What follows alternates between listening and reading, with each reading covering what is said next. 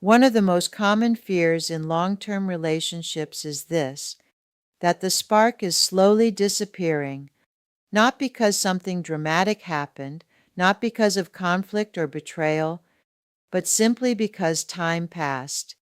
And when that happens, it's unsettling in a very specific way, because there's no clear explanation. You're still together, functioning as partners and sharing a life. On the surface, everything looks stable, but underneath, something feels different, and that difference is hard to explain. The energy feels quieter, and conversations feel more routine.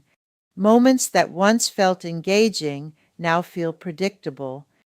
And over time, that leads to a difficult question. Is this just what happens to long-term relationships, or more quietly? Does this mean something is wrong with us? In most long term relationships, this isn't a sign something is broken, it's a sign something has changed. And once you understand that change, the situation starts to make sense.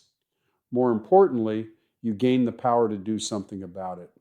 This video is about understanding that change, what causes it, and how to take a new approach that helps you restore your connection and passion for each other.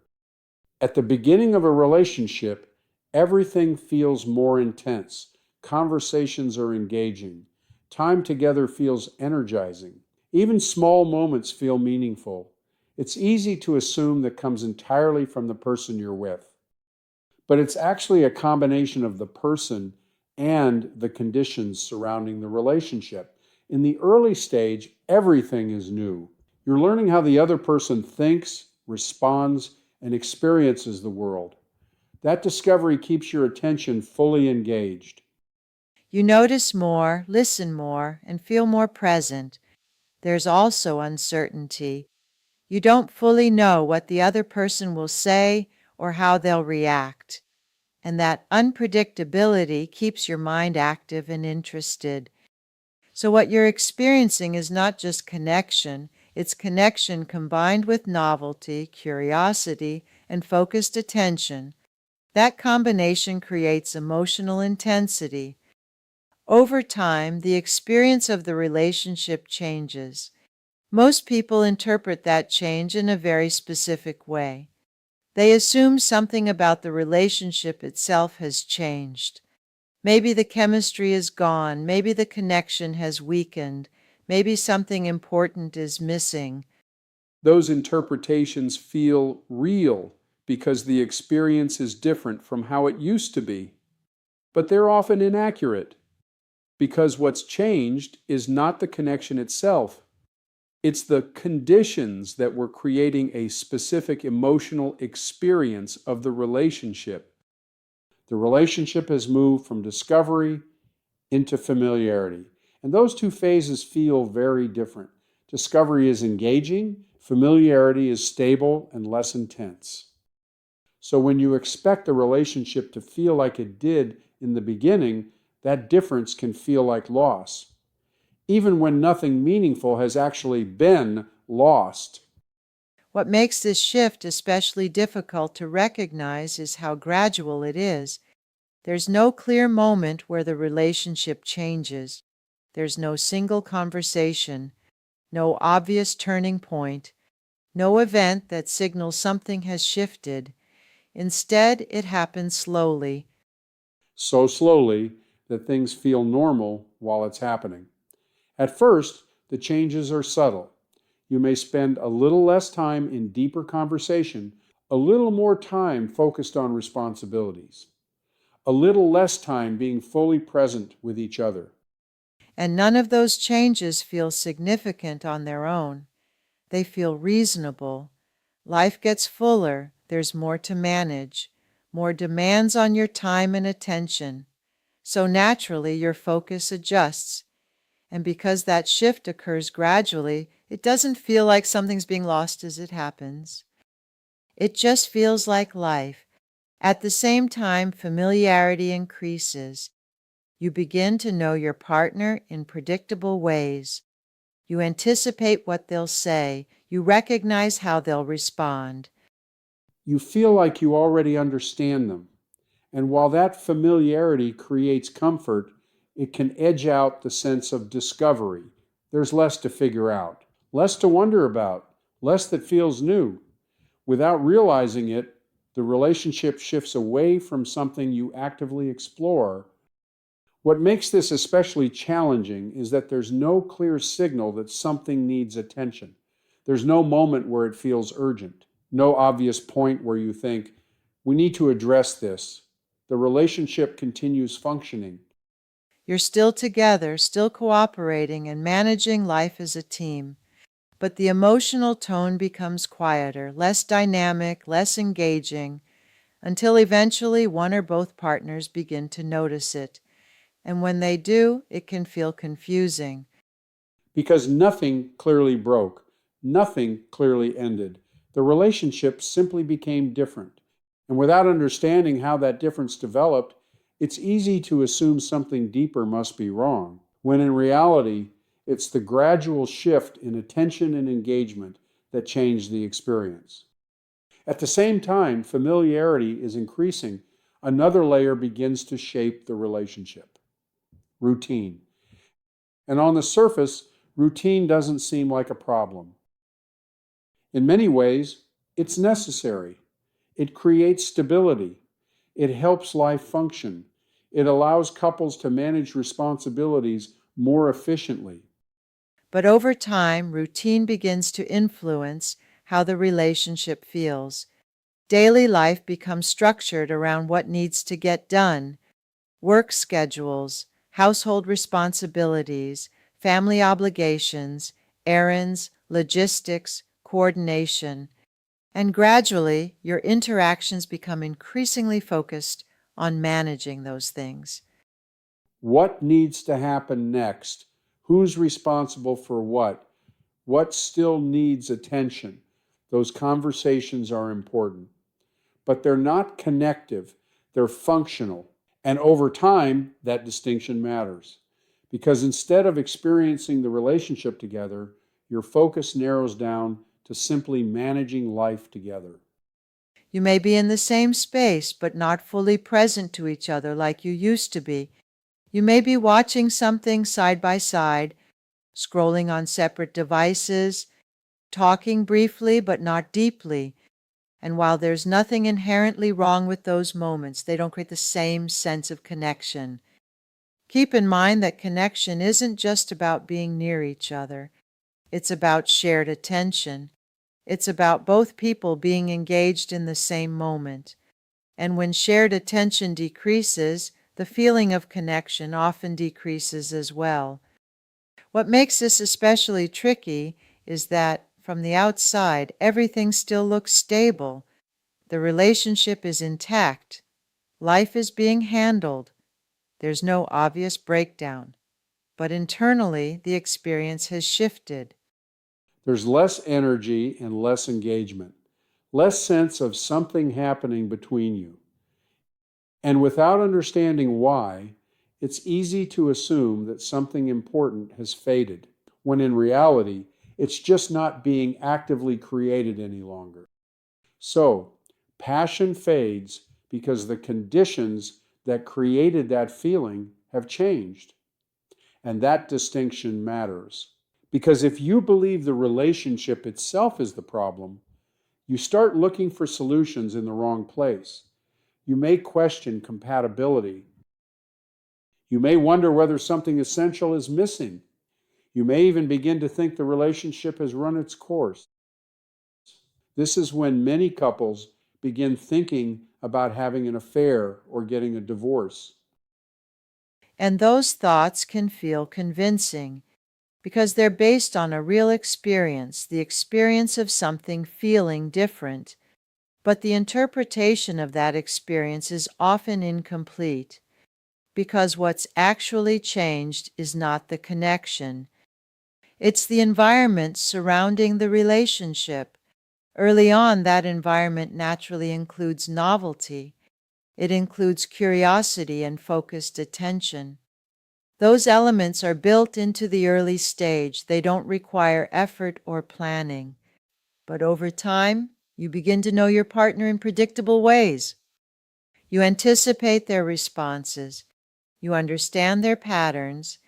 And while that familiarity creates comfort and stability, it also reduces the need for paying close attention to each other. Your brain no longer treats your interactions as something new. It treats them as something known. And when something is known, it requires less active engagement. So attention becomes divided. Curiosity becomes less active. And the emotional intensity begins to shift.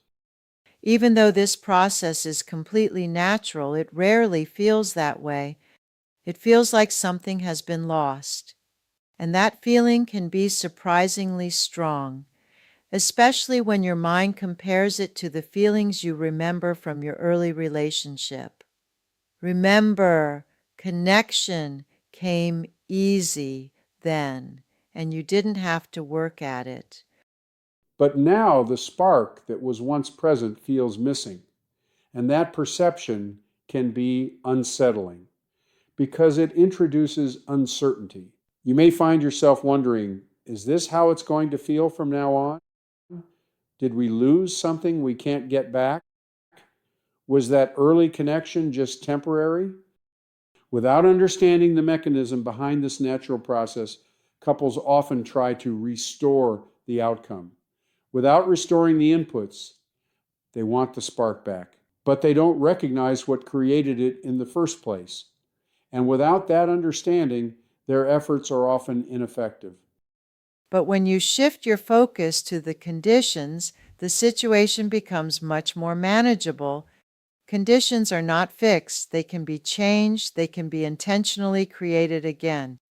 And once you begin working at that level, the relationship becomes something you can influence again, instead of something you feel uncertain about. You start with a new mindset, one based on understanding that the relationship requires more intention than at first, more awareness, more participation. While you may have lost the easy, natural connection of the early stage, you have gained something else: stability, predictability, shared history, a deeper understanding of each other. Those don't create intensity like in the early days, but they do create a foundation. And when that foundation is combined with renewed attention and curiosity, connection doesn't just return. It becomes more steady, more resilient, and more meaningful over time. Now that you understand that, here are three powerful strategies to make adjustments and bring back the spark. Strategy number one of the most effective ways to reignite passion is to reintroduce novelty in the relationship, not through big gestures, but through difference, because the brain responds to change, not scale. This could mean exploring new places or altering how you spend time together, trying activities neither of you have done before, or even changing simple routines. These shifts bring attention back. Even small changes interrupt autopilot. And shared novelty matters most, because experiencing something new together creates connection. It gives you something to process, react to, and remember together. Novelty also applies to interaction, saying something unexpected, asking different questions, responding in new ways. Small variations re-engage attention. Over time, those small shifts rebuild connection. For example, instead of the same weekly restaurant date, try a completely new type of experience. The goal is not perfection. Instead, the goal is shared discovery. The second important strategy is restoring curiosity. Without curiosity, interaction becomes automatic. You respond based on expectation, not presence. Conversations become predictable, less engaging. Try asking deeper questions that don't focus on the typical topics of co managing life. For example, how have things been feeling for you lately? What's been on your mind? What feels different for you now? and then listen differently with full attention, not just to respond, but to understand, not assuming, but noticing. Because when curiosity returns, interaction becomes alive again, more responsive, less scripted, and connection begins to rebuild naturally. The third major strategy is sharing experiences. As novelty and curiosity return, shared experiences bring everything together. They create connection over time. They give the relationship something to build on. In early relationships, shared experiences happen naturally. Over time, they slow down. Routine replaces them. And without new shared experiences, connection plateaus, because connection is built not just through time with each other, but through time for each other. So make plans to spend quality time with your partner, not just the usual activities, but those that allow novelty and curiosity to thrive. When you're with your partner, really be with them. This means not splitting your attention on household chores, managing kids, or other tasks that require conscious attention. It means carving out special time to put your partner and your relationship first. These experiences create memories, reference points, and emotional connection. Over time, they accumulate. Novelty brings attention back. Curiosity deepens engagement. Shared experience makes it lasting. And that's how connection evolves, not by returning to the past, but by building something new. Let's recap what we covered today so the pattern becomes clear. In the beginning, novelty and curiosity create attention, and attention creates intensity. Over time, familiarity and routine reduce that attention. That shift feels like loss. But what's really changed are the conditions. And when you reintroduce those conditions, novelty, curiosity, shared experience, connection begins to rebuild naturally. So if your relationship feels different than it once did, it doesn't mean something is wrong. What it means is that something has changed. The goal isn't to go back. It's to move forward with understanding, because when you begin creating connection intentionally, the relationship shifts gradually, naturally, and often into something more stable, grounded, and meaningful than before. If this resonated with you, the next step is recognizing how these patterns show up in everyday life. We recommend watching the next video, 7 Signs You're Becoming Roommates Without Realizing It. And be sure to like the video you're watching and subscribe to the Reigniting Passion channel.